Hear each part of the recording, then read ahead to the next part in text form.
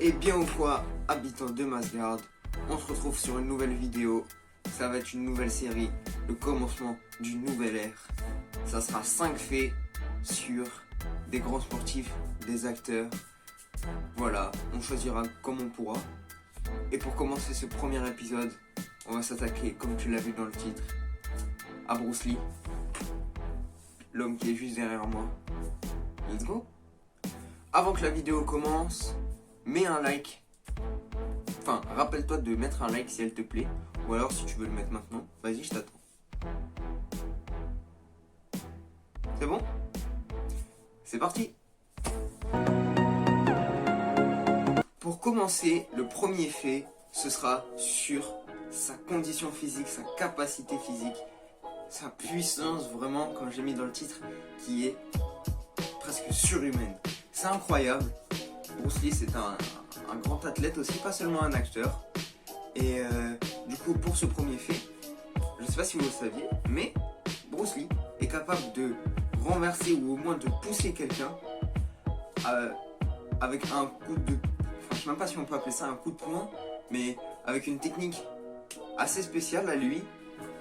Et du coup, j'aimerais vous mettre un extrait maintenant. Donc voilà, c'était un peu la première partie du premier fait. Toujours dans le thème de sa puissance et de sa condition physique, une anecdote raconte que Bruce Lee était trop rapide pour les caméras. Quand il tapait un coup de poing, un coup de pied, etc., il était tellement rapide que le réalisateur, le caméraman, etc., on lui demandait d'aller moins vite pour que ça capte son coup. Sinon, on ne le voyait même pas à la caméra. C'est quand même incroyable. Regardez cet homme. Il est trop rapide. Et aussi, un fait, mais ça, je l'ai trouvé, mais j'ai pas pu le vérifier. Donc je le mets dans cette case. Mais ça reste à vérifier. Déjà, bon, ça par contre c'est vrai. Bruce Lee pouvait faire des pompes avec seulement 2 doigts. Genre le mec il arrive, il prend ses 2 doigts comme ça là, et bam, il fait des pompes. Ce mec, encore une fois.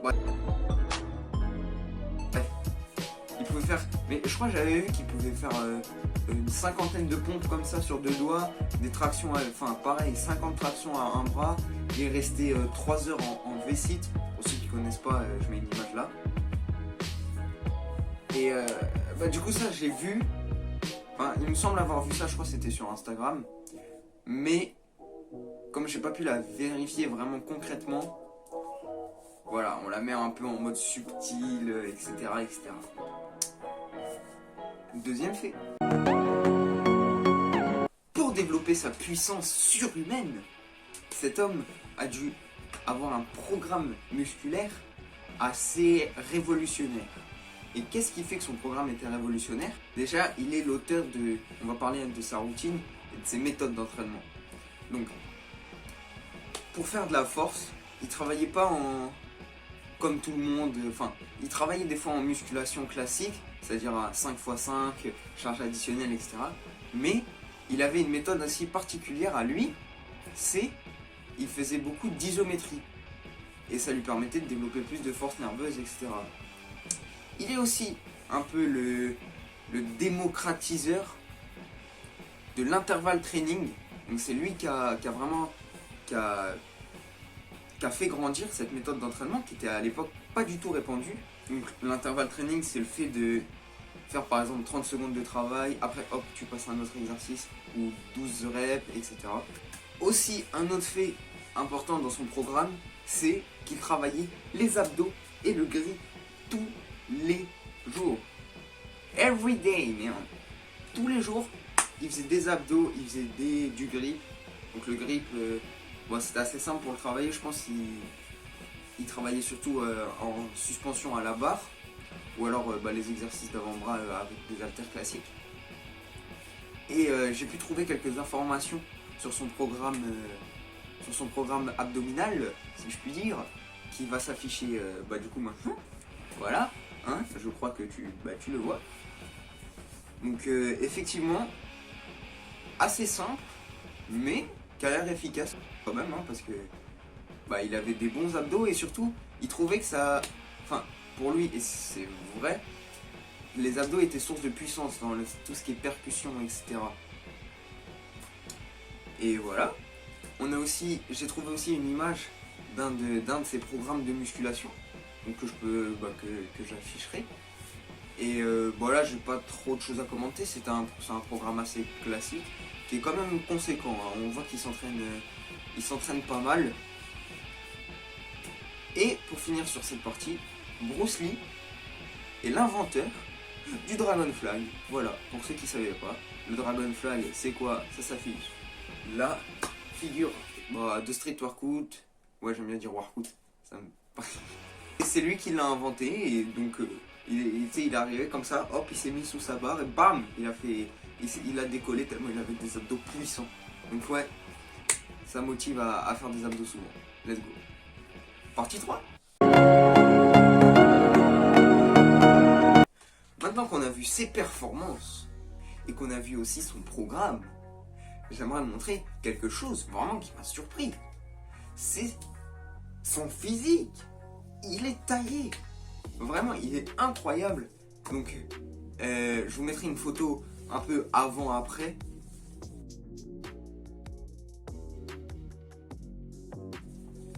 Donc voilà, on voit bien sur la photo avant, il est quand même physique. Hein, il est pas tout queue ou il est pas, il est quand même sportif, mais vraiment on voit quand même qu'il y a une grande évolution. Après il n'y a pas trop d'indices de temps. De ce que j'ai pu voir quand je faisais mes recherches, c'était que surtout avant, il s'intéressait pas trop à tout ce qui était musculation, etc. Il faisait vraiment que des arts martiaux. Et après, il s'est intéressé à tout ce qui est musculation, etc. Comme on a vu, intervalle training, etc. Plus les arts martiaux. D'ailleurs, ce serait à cette période qu'il a créé le Jeet Kune Do, pour ceux qui savent. Et voilà, mais je trouve ça incroyable. Non, mais, regardez-moi ce dos, il a le deltaplane. Le deltaplane, incroyable. Tu vois son dos alors qu'il est de face. En plus, il te regarde là avec ses yeux. Là. Ouais, c'était incroyable. Bruce Lee, quel homme. Et c'est parti. Avant d'attaquer le fait numéro 4, j'aimerais que si la vidéo te plaît et que tu t'abonnes, il y a un bouton, attends, je me situe dans l'espace, donc en bas à droite de ton écran, tu peux t'abonner en cliquant déjà directement là, c'est la photo des deux Masguard. Et voilà, ça fait plaisir aussi. Et tu peux mettre en commentaire, c'est quoi ton fait favori. Même si ça va continuer, il en manque 2. Et tu vois, si t'es là, à ce moment-là de la vidéo, je peux te dire, les yeux dans l'œil. Ouais, parce que moi j'ai 2 yeux et... Ok, bref. Qu'il y aura un fait bonus, enfin 1 ou 2 faits bonus. Rapide, efficace, voilà. Sur ce, maintenant, fait numéro 4.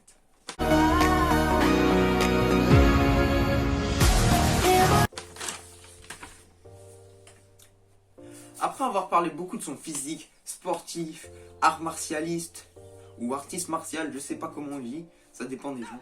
Bref, on va parler quand même de ce qui a fait que Bruce Lee est aussi célèbre. Son acting, sa capacité à être acteur. Et du coup, j'aimerais revenir sur un de ses premiers rôles. Ça s'appelle, il a joué plutôt dans une série qui s'appelle Le Frelon Vert.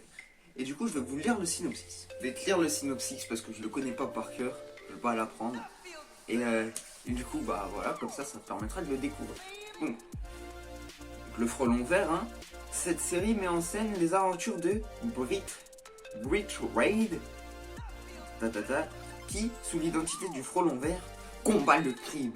Et oui, attention, cette série est assez vieille, elle est sortie en 1966. Hein. Remettons-nous dans le contexte. Donc, le Frelon Vert, il est aidé dans sa tâche par Kato, son majordome, également expert en arts martiaux et chauffeur de la Black Beauty, une voiture truffée de gadgets au phare vert. Chaque épisode s'ouvre par l'accroche suivante. Voici encore un nouveau défi pour le Frelon Vert. Il est assisté par Kato et sa voiture gadget, la Belle Berthe. Dans les archives de la police, on trouve le nom d'un criminel, le Frelon Vert, qui n'est autre que Brit Raid. Il est éditeur et propriétaire du Daily Sentinel. Sa double personnalité n'est connue que par sa secrétaire et le procureur, Scalon. Et maintenant, pour protéger les droits et la vie des honnêtes citoyens, le frelon vert va agir. Et voilà. Du coup, moi ce qui m'a fait rire, en fait j'ai trouvé intéressant de voir que il avait commencé dans ce type de série. Pour ceux qui... La série n'a pas beaucoup marché, elle a fait quelques épisodes et après... C'est parce que Bruce Lee n'était pas un personnage principal, et oui, lui c'était le majordome, c'était Kato. Mais en fait, ce qui me fait rire, c'est de me dire que Bruce Lee, il était à la commande de la voiture de l'ancienne Batmobile. Ça aurait pu devenir l'inspecteur Gadget. C'est incroyable. Et voilà, ça m'a fait rire et tout, je trouvais ça intéressant de vous le partager. Et sans plus attendre, partie numéro 5. Qu'est-ce que vous voulez que je vous dise? Tout va super bien là.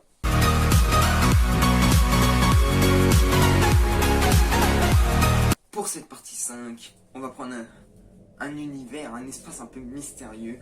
On va parler du mystère de la mort de Bruce Lee. Alors, pour ceux qui ne savent pas, comment est mort Bruce Lee? Ouais, je lis un peu mes notes parce que je connais pas non plus cette histoire par cœur. Hein. Je veux pas apprendre la mort de quelqu'un par cœur, c'est quand même bizarre. Bref. Bruce Lee, il allait chez quelqu'un, on va pas détailler les noms, etc., c'est compliqué. Il allait chez quelqu'un, il avait mal à la tête. Du coup, cette personne lui a donné un médicament, un Neukégique ou je sais plus quoi. Et dans la soirée, pour se reposer, du coup il avait mal à la tête, il s'est reposé, il s'est allongé, il s'est endormi. Et malheureusement, ce soir-là, Bruce Lee ne s'est jamais réveillé. Ne s'est jamais réveillé. Pour ceux qui n'avaient pas compris. Alors. Mystère quand même, il avait mal à la tête. Il a pris un médicament, il est mort. Qu'est-ce qui a bien pu se passer? Des théories. Les théories du complot, les Illuminati, tu vois, ils sont arrivés. Et à un moment, du coup, ça a fait beaucoup de bruit. Certains pensent qu'il a été empoisonné par la personne qui a donné peut-être le cachet ou alors quelqu'un d'autre. Peut-être qu'il a été tué par quelqu'un. Parce que pour rappeler, pour remettre dans le contexte, Bruce Lee, il avait pas mal d'ennemis. Il était, je ne pourrais pas dire qu'il est arrogant, mais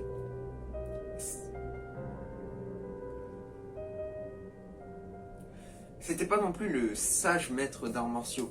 Ouais, il aimait bien se faire voir, faire du bruit quand même. Tu vois, c'était un peu les débuts des, peut-être pas des clashs, parce que déjà j'étais pas né à cette époque, je pense que ça se voit, mais bref.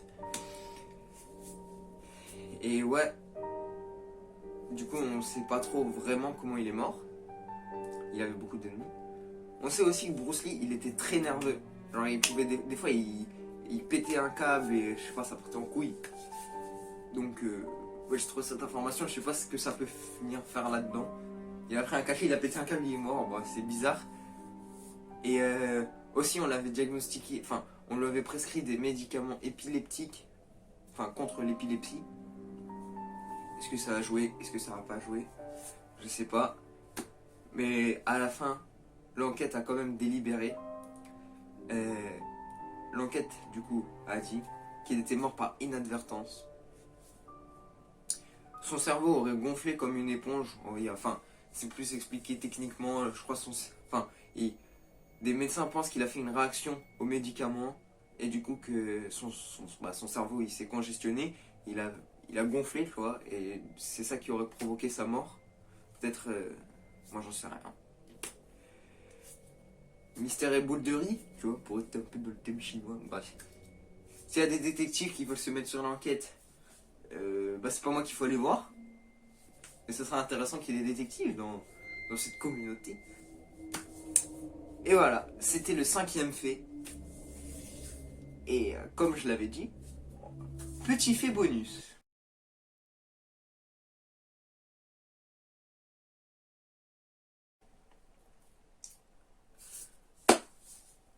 Alors, pour les faits bonus, c'est vraiment 2 petits trucs que j'ai trouvé. Parce que ça, j'ai cherché, ça m'a intéressé.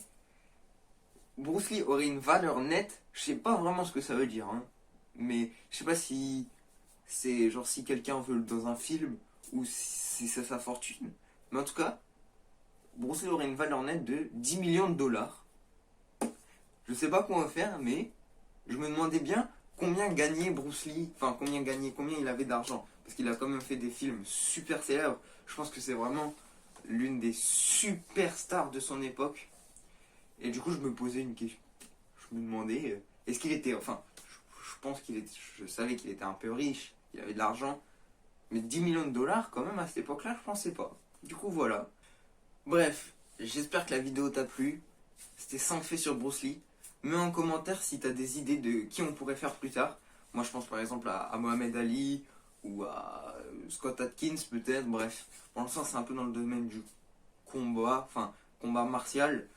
Parce que je sais qu'il y a d'autres chaînes qui font peut-être sur les basketteurs ou les footballeurs. Mais pourquoi pas, pourquoi pas. Ou même sur un astronaute. Allez, on va faire peut-être faire un 5 faits sur Tom Brady, hein, gagnant du Super Bowl de il y a quelques jours, même 2 jours, je sais plus. Bref, voilà. Lâche un like si la vidéo t'a plu. Et on se capte à la prochaine vidéo. Peace out.